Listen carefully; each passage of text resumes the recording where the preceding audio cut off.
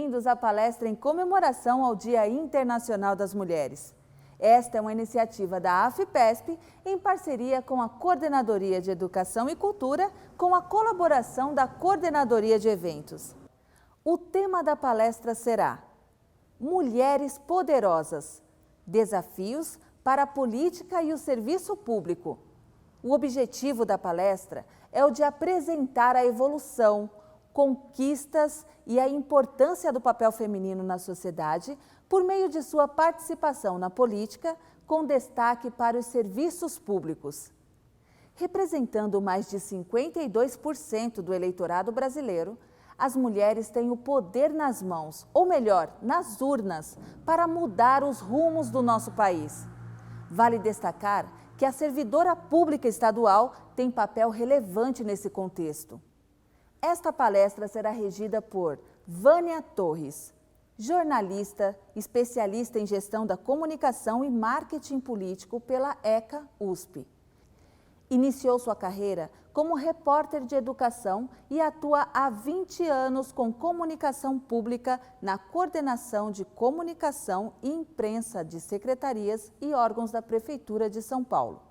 Negócios jurídicos, governo, segurança urbana, assistência e desenvolvimento social, defesa civil, corregedoria e comunicação, e também do governo do estado de São Paulo, educação, habitação e casa civil.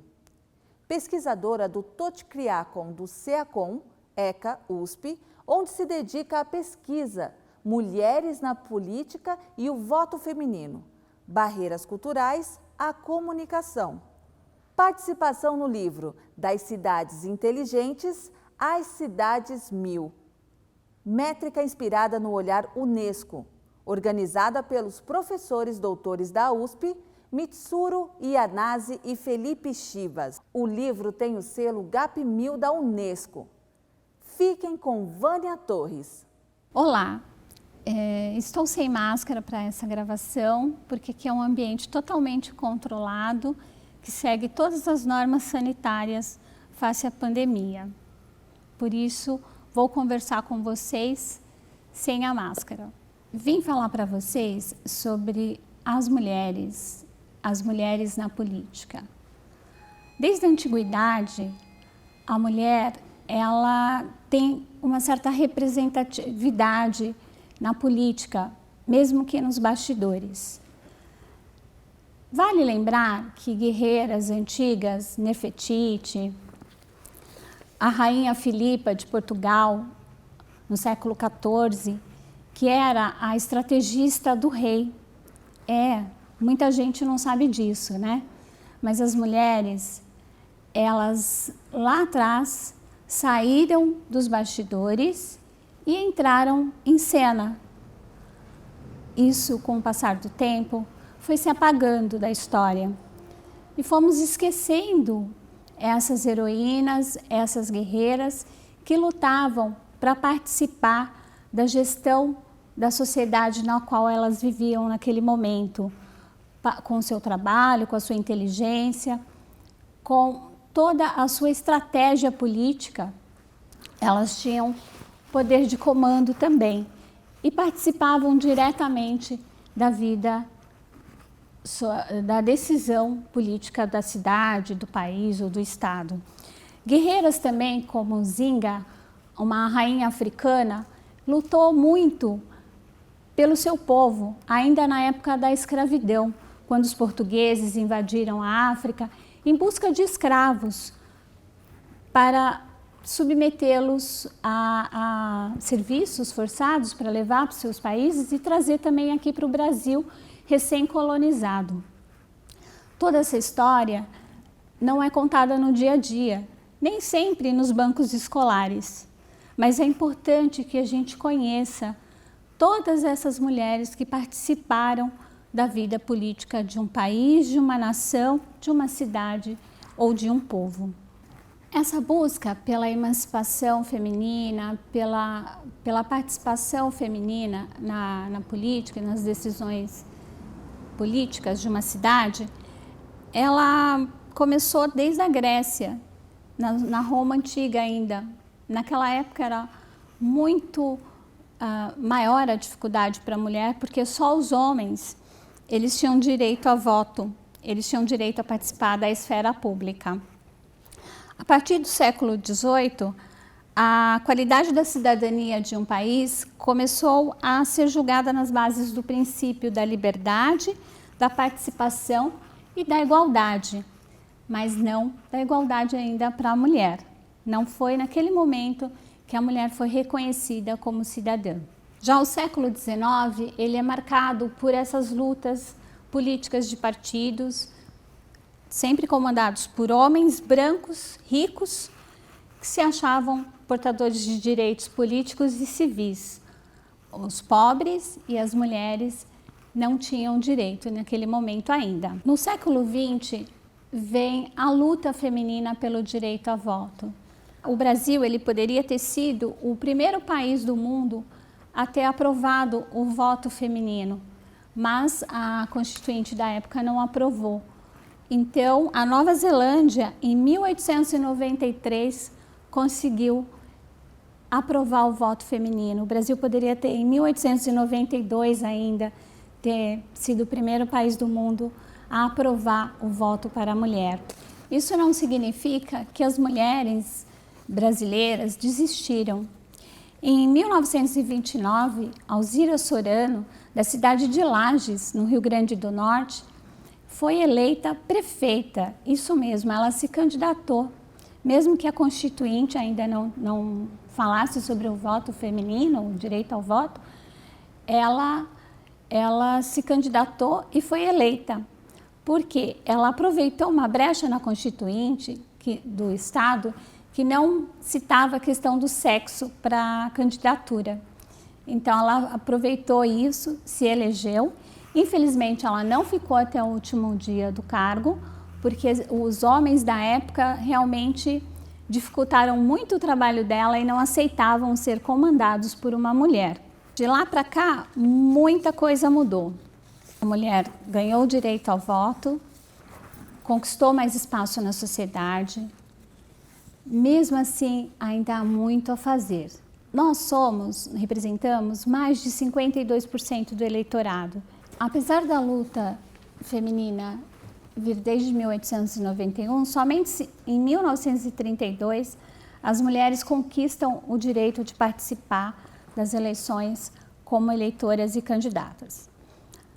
A primeira mulher, Carlota Pereira de Queiroz, tornou-se deputada federal em 1933, seguida da professora Antonieta de Barros, filha de uma escrava liberta, que foi eleita para a Assembleia de Santa Catarina, a primeira parlamentar negra do país, isso em 1934. Em 1979, somente, que tivemos a primeira senadora no Brasil, Eunice Micheles. Anos depois, em 82, tivemos a primeira ministra, talvez muitos ainda se lembrem dela, Esther de Figueiredo, para ocupar a pasta da Educação e Cidadania e Cultura. Em 85, é criado o Conselho Nacional dos Direitos da Mulher. E em 89 ocorre a primeira candidatura de uma mulher para a presidência da República, que foi Maria Pio de Abreu, do Partido Nacional. Mas somente em 1995 nós tivemos a primeira governadora eleita, que foi a Rosiane Sardem, no Maranhão. Bem mais tarde, em 2010, é que Dilma Rousseff é eleita presidente do país, sendo reeleita em 2014. Mas o Brasil ainda está muito atrás no ranking da política, da participação feminina na política. Ele ocupa a 152ª posição no ranking nacional de participação feminina na política. Apesar disso, as mulheres, elas trabalham mais horas que os homens, já tem pesquisa sobre isso, e ficam responsáveis também pela maioria das tarefas domésticas, chegando a um índice de 73% mais do que o homem, mesmo tendo a mesma carga horária, salários menores. Dentro desse contexto histórico, há um grande desafio ainda para o Brasil. Nós temos um país de dimensão continental. Temos muito a caminhar ainda, somos um país relativamente novo, nos desenvolvemos, mas temos ainda muita coisa a fazer. E dentro da questão política, eu sempre lembro muito de um livro do saudoso Isamitiba, que eu li, que se chama Mulher, Povo, Homem, Cobra. E o que o Isamitiba ele contextualiza nesse livro? Ele contextualiza a questão da capacidade feminina de gestão. A mulher, segundo o Isame, nesse livro, ela historicamente, ela desenvolveu mais habilidades simultâneas do que o homem. Um exemplo, ele conta que desde a época das cavernas, o homem ele saía para caçar. Então, a preocupação dele era em decorar o caminho para chegar, né, até a mata e para conseguir voltar para casa. Não tinha GPS na época, né, gente? Então, e também para se manter vivo. Então, o foco dele eram dois. O caminho, por isso que até hoje, né, reconhecidamente são melhores em localização, e também de se manter vivo, de sua proteção por conta da caça, senão ele viraria a caça. Enquanto isso, a mulher ficava na caverna. Ela tinha que cuidar da prole, dos filhos, que ficavam em torno de uma fogueira, então ela tinha que prestar atenção para nenhum deles cair dentro da fogueira. Ao mesmo tempo, ela tinha que prestar atenção na abertura da caverna para que nenhuma fera entrasse, nenhum animal, nenhum bicho entrasse e comessem a todos, né? E também preparar o alimento para alimentar a família. Então, ela fazia ali naquele momento várias tarefas ao mesmo tempo. Então, essas habilidades as mulheres trazem com elas até então. Um outro exemplo que ele cita também nesse livro é que a mulher está fazendo um relatório no trabalho, se o filho menor liga chorando que o irmão mais velho bateu, ela continua trabalhando, põe o filho, acalma o mais novo que está chorando, põe o filho mais velho no telefone, pede, dá uma bronca, põe de castigo e continua fazendo o relatório. Enquanto isso, o homem, se está na mesma posição, se é o filho que liga chorando, fulano me bateu. Aí ele ele tem que parar o que ele está fazendo para ele pensar o que vai falar e no final ele fala, liga para tua mãe. Então, são essas situações, né, que dá para a gente, de uma forma caricata, lógico, o Isamitiba, das habilidades femininas na gestão. E a gente vai encontrando isso na história, né, dessas mulheres que foram pioneiras na política, tendo os feitos, como a Alzira Sorano, lá em 1928, que se elegeu prefeita da cidade, mesmo ainda quando o voto feminino não era aprovado, né? Em 32, quando a gente conseguiu finalmente o direito de votar e se candidatar, e depois nós tivemos a primeira deputada eleita, Carlota Queiroz, né? E apenas em 1975 que foi criado o Centro da Mulher Brasileira. É um paradoxo, porque somos a maioria das eleitoras e a minoria em cargos públicos de poder, de comando. Nas eleições, por exemplo, em 2014, 90% dos prefeitos são homens, né? Foram eleitos para comandar as cidades, mesmo tendo algumas candidaturas femininas, bem menos ainda, né? Nós representamos, como eu disse, 52%, poderíamos definir muita coisa. Para falar um pouquinho do que ocorre na questão política, social também, da nossa sociedade brasileira, tem um conceito do professor Dr. Felipe Chibás, da USP, que inclusive foi reconhecido pelo GAP1000 da Unesco, que se chama Barreiras Culturais à Comunicação. E nessa proposta do professor, ele analisa vários pontos do que transforma, do que prejudica, né, do que a nossa sociedade, quais são as barreiras culturais que atrapalham muitas vezes a nossa vida em sociedade ou geram esses conflitos, essas injustiças sociais, de uma certa forma. E dentre elas, né, nessa questão, eu fiz uma análise, inclusive da carreira da candidatura da Dilma, Marina Sintra e também da Hillary Clinton. E as três, na análise que foi feita, as três apresentaram, né, as barreiras que elas enfrentavam. Eram o sexismo, que é a questão do sexo, por serem mulheres. Elas sofreram bastante durante as campanhas públicas, né, as campanhas políticas para se elegerem. Então, isso atrapalhou bastante a carreira das três. Talvez com 3 homens, essas barreiras não apareceriam. Se a gente lembrar um pouquinho do histórico, né, das candidaturas brasileiras, a gente vai perceber isso. Outra coisa que também, né, atrapalhou bastante é o controle das incertezas, né? Historicamente, a mulher é avaliada como uma pessoa que não tem muito controle, que ela se destempera. É comum a gente ouvir no trânsito, tinha que ser mulher. Às vezes você está certa, está dirigindo ali, que aí é a questão do sexismo. Os homens, né, eles vão julgando por ser mulher, pelo sexo, e não pela qualidade, pelo desenvolvimento que a pessoa tem, pela inteligência e pela capacidade de transformar, de gerir mesmo a situação. Então, isso parece que passa para a sociedade essa questão de ter que controlar os fatos. E com a mulher isso não seria tão possível. E a questão da idade também. Enquanto para o homem, quando ele vai ficando mais velho, mais maduro, para ele isso representa, as pessoas olham como mais experiência.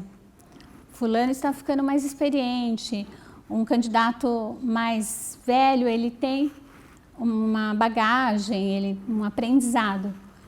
Já para a mulher é um fator negativo. Ela está velha tanto para a questão de emprego, isso eu digo não só para a questão política, mas para todas as situações. Uma forma de mudar toda essa questão é a educação.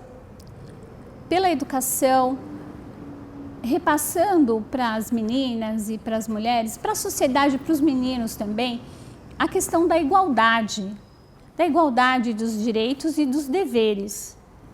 Aqui não se trata de defender uma bandeira de superioridade feminina, muito pelo contrário, porque todos nós somos capazes, independente do sexo, independente da religião, independente da idade. Todos nós somos seres racionais, que temos qualidades e defeitos, habilidades. E essas habilidades precisam ser reconhecidas e desenvolvidas na criança desde cedo. Na sociedade, essa questão do comportamento mais machista da educação, isso prejudica, né? Porque homem não pode chorar, mulher pode chorar, né? É reconhecido pela sociedade. Então, precisamos repensar esse formato para o futuro do que estamos pensando para os nossos filhos. As mulheres têm tantos direitos quanto, mas infelizmente, nessa pandemia, o que temos visto é um aumento absurdo da violência contra a mulher, da violência contra a criança indefesa, como se a mulher fosse um objeto que pode ir lá e descarregar toda a raiva de tudo que não está dando certo nessa pandemia, nesse momento difícil.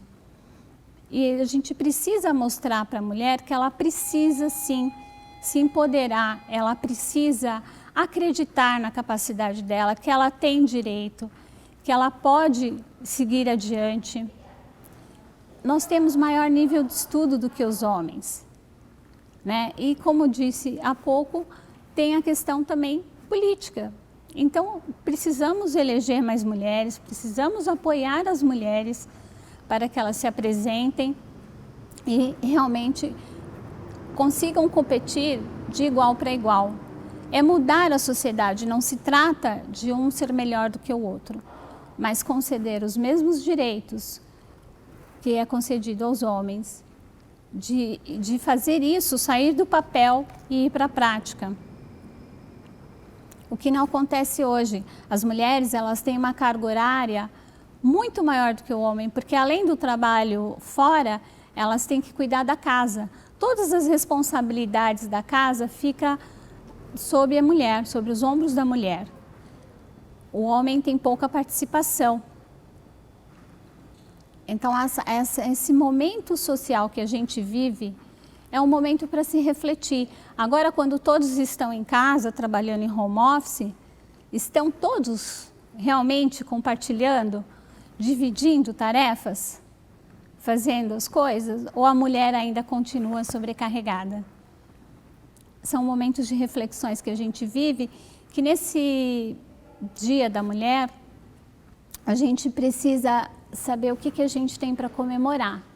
Alcançamos, vencemos muitas barreiras, conquistamos espaço, mas ainda falta muito a fazer. E eu acredito que isso vem pela educação. Isso vem dentro de casa. Quando você olha para o teu filho que está brigando com a irmã e você fala, não é assim que se trata uma mulher. E você ensina, você educa. Ah, mas ela, a menina, não pode. Pode, sim. Tem coisas, não precisa haver essa diferença, não precisa haver. O respeito tem que ser igual. Os direitos têm que ser igual. As mulheres elas são mais escolarizadas do que os homens. Precisa acreditar que realmente a sociedade, para mudar, ela precisa dar direitos iguais para todos. Enquanto o Brasil faz essa aprovação toda para que a mulher participe mais da política, apesar de não incentivar, um ponto negativo é que as políticas públicas para mulheres foi reduzida nos últimos tempos. Ela caiu muito de 2009 para cá, ou seja, ela voltou em 2018 para o patamar de 2009, regrediu 8 anos. Então, como vamos desenvolver essas mulheres? Acho que isso é um momento de reflexão para que todos juntos, sociedade, eu não digo só governo, porque nós colocamos o governo lá, nós é que elegemos, nós escolhemos os candidatos. O grande mal do brasileiro, eu acho que é assim, um mal, mas que pode ser remediado, é que a gente não é ensinado desde cedo sobre os nossos direitos fundamentais, sobre os nossos direitos de cobrança. Se nós elegemos, nós temos direitos de cobrar. Você fez o que você me prometeu? E não esperar somente do político, ou da política, ou do governo. Fazer a sua parte na sua casa, começando da sua casa, com um exemplo. No seu bairro, conversando com outras mulheres, verificando as mulheres que são mais oprimidas, tentando ajudá-las a ter força para sair dessa situação. Então, nesse Dia das Mulheres, eu acredito que a gente tem muita coisa para comemorar, de todo esse avanço que teve na história, do mundo e do nosso país, mas a gente tem muito ainda a fazer. A gente ainda tem muito a trabalhar. E não podemos ficar esperando que façam isso por nós. Não dá para ficar sentada esperando que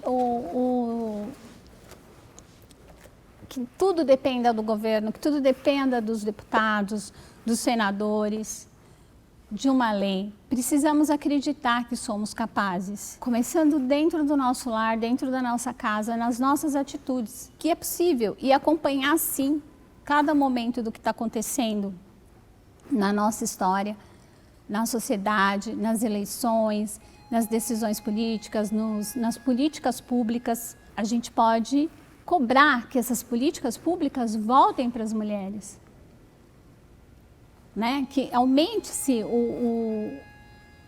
o conteúdo, o material, os projetos destinados às mulheres. E não, nós nos calamos, foi reduzido e ficamos quietos.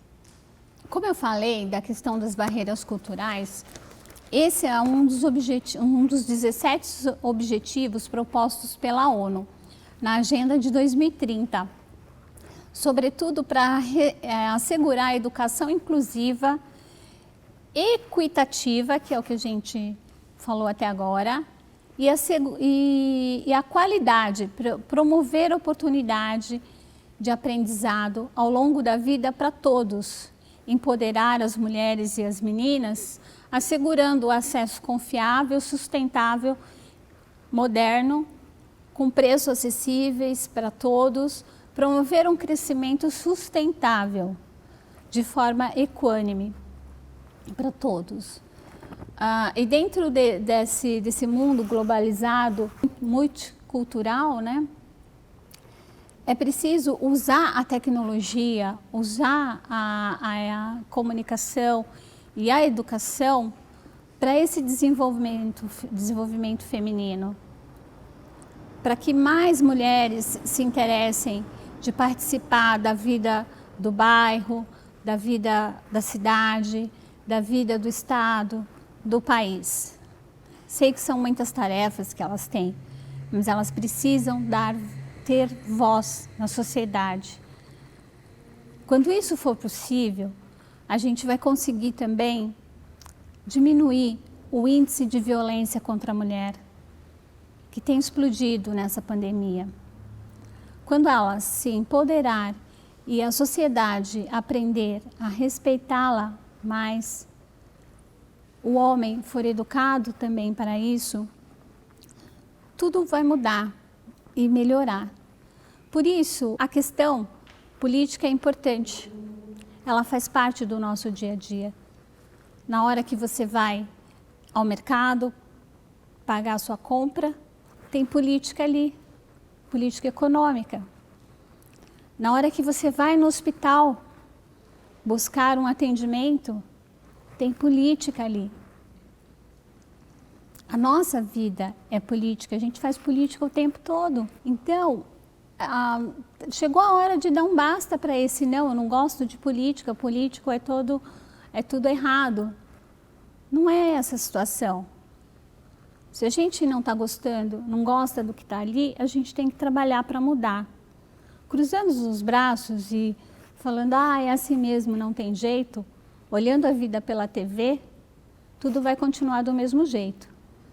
E precisamos pensar o que a gente quer para a nova geração de mulheres. Daqui a 20 anos, como será a comemoração do Dia das Mulheres? A sociedade está em transformação. Essa pandemia veio mostrar isso. Todas as certezas que nós tínhamos sobre a sociedade, sobre o mundo, estão balançando. Não sabemos como será quando tudo isso acabar. Então, você, mulher, precisa se empoderar primeiramente de si mesmo, das suas decisões, do seu talento, da sua vocação e pensar que você pode, você deve. Se queremos uma sociedade melhor para todos, a mulher também precisa participar disso, todos os dias e todas as horas. E essa questão da educação é muito importante para esse avanço do respeito ao público feminino. As escolas têm uma grande responsabilidade nisso. Sabemos que na educação, na saúde, grande parte dos profissionais são mulheres, principalmente funcionárias públicas. No serviço público, a maior parte também é de mulheres, eu acredito. E dentro desse contexto, é importante que as escolas repensem como está sendo essa educação, como está sendo essa discussão dentro da unidade, dentro da aula, fora da aula, nos trabalhos extracurriculares. Será que agora, em março, que comemoraremos, né, mais um Dia Internacional da Mulher, será que alguma professora pediu uma pesquisa sobre isso para os alunos? Para todos? Será que os nossos meninos, se eles pesquisassem sobre a história da mulher, a participação da mulher na sociedade, o que eles descobririam? Será que eles concordariam com tanta violência, com tanta dor, com tanto sofrimento? Aqui não é uma luta por alguém ser melhor do que o outro, mas é a luta pelo respeito e pela igualdade, pelo respeito como ser, que todos são. Todos somos seres humanos e merecemos respeito e dignidade, independente de cor, de raça ou de sexo. Então eu convoco as educadoras da área pública, principalmente, que a gente está falando aqui para a Associação de Funcionários, que pensem nisso para o próximo ano, para esse ano ainda, se der. A gente sabe que tem um momento difícil aí nessa questão da pandemia, na aula online, né? Estamos tendo que nos acostumar, eu também, ao ambiente virtual. Eu não sou tão novinha assim, não sou dessa geração tecnológica. E qual está sendo o desafio? Nós temos assistido as notícias, né, do índice de violência contra a mulher tem aumentado muito durante este período. As pessoas estão nervosas, em crises, estão descontando com atos violentos. Essas crianças que estão em casa, essas meninas, elas têm voz para pedir socorro? Essas mulheres têm voz para isso? Por que não pensarmos num trabalho conjunto de toda a sociedade, começando pela educação? Eu trabalhei muito tempo, tive o prazer de trabalhar muito tempo na Secretaria de Educação do Estado e admiro muito todos os educadores da rede. A gente sabe das dificuldades que eles têm, mas as dificuldades não são desculpa para não se fazer nada. Porque há muito tempo atrás, quando eu ainda estava lá, eu conheci escolas maravilhosas e estava no meio da periferia de uma grande favela, e há 3 anos a diretora não precisava pintar a escola, porque ela usava a verba, o recurso que vinha para pintar, para uma atividade social na escola, que envolvesse a comunidade. E ela conscientizou os alunos disso. Foi um trabalho muito bonito, que eu me lembro até hoje, faz muito tempo, isso acho que lá em 2005, 2004.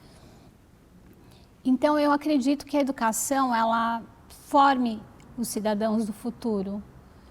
E dentro desse contexto é uma participação forte. Não queremos novamente jogar tudo na mão do professor, claro. O professor tem que ensinar a matéria, a disciplina, muita coisa. Mas o professor forma, né?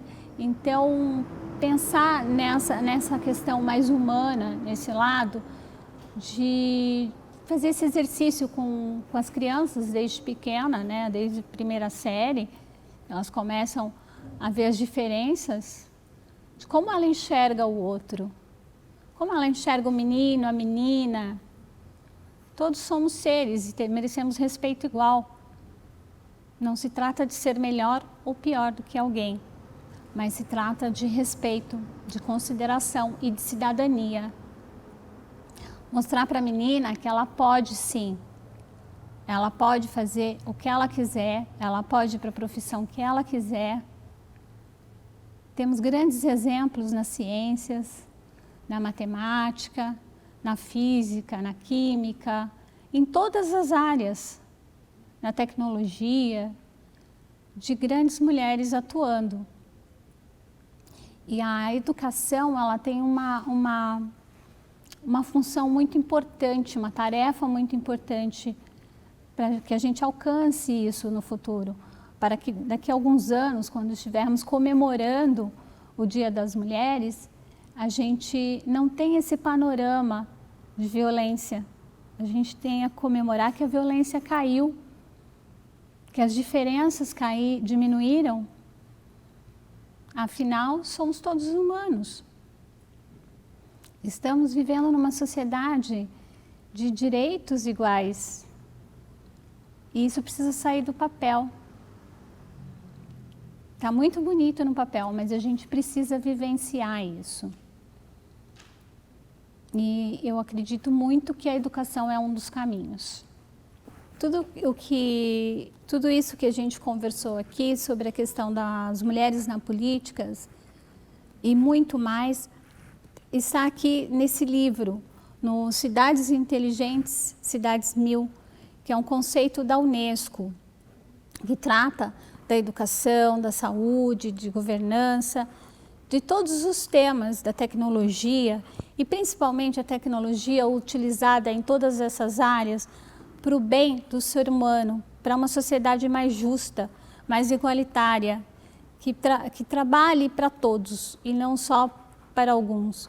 Tudo isso pode ser encontrado nesse livro, organizado pelo professor Dr. Mitsuri Anase e pelo professor Dr. Felipe Chibas, da ECA USP, do qual eu tive a honra e o prazer de participar com esse capítulo do Cidades 1000, Mais Mulheres na Política.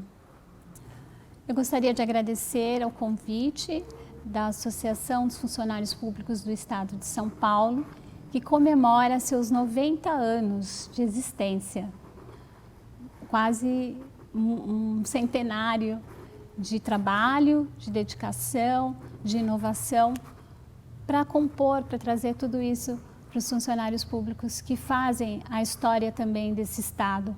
Em todas as áreas, como eu citei aqui, educação, saúde, transporte, né? No dia a dia, o funcionário público não tem, às vezes, tanto reconhecimento pela sociedade, mas estão todos de parabéns, né, pelos 90 anos dessa associação, e agradeço ao convite, a oportunidade de poder compartilhar com vocês um pouquinho do que eu aprendi, que eu ainda tenho muito a aprender, e posso garantir a vocês, nesses 20 anos de comunicação pública, eu aprendo todos os dias com vocês, seja nas secretarias pelas quais passei, independente da área, desde a educação, saúde, comunicação, eu aprendo todos os dias com vocês e vejo o quanto vocês trabalham, o quanto vocês se dedicam para que a cidade ande, para que as pessoas sejam bem atendidas em todas as áreas.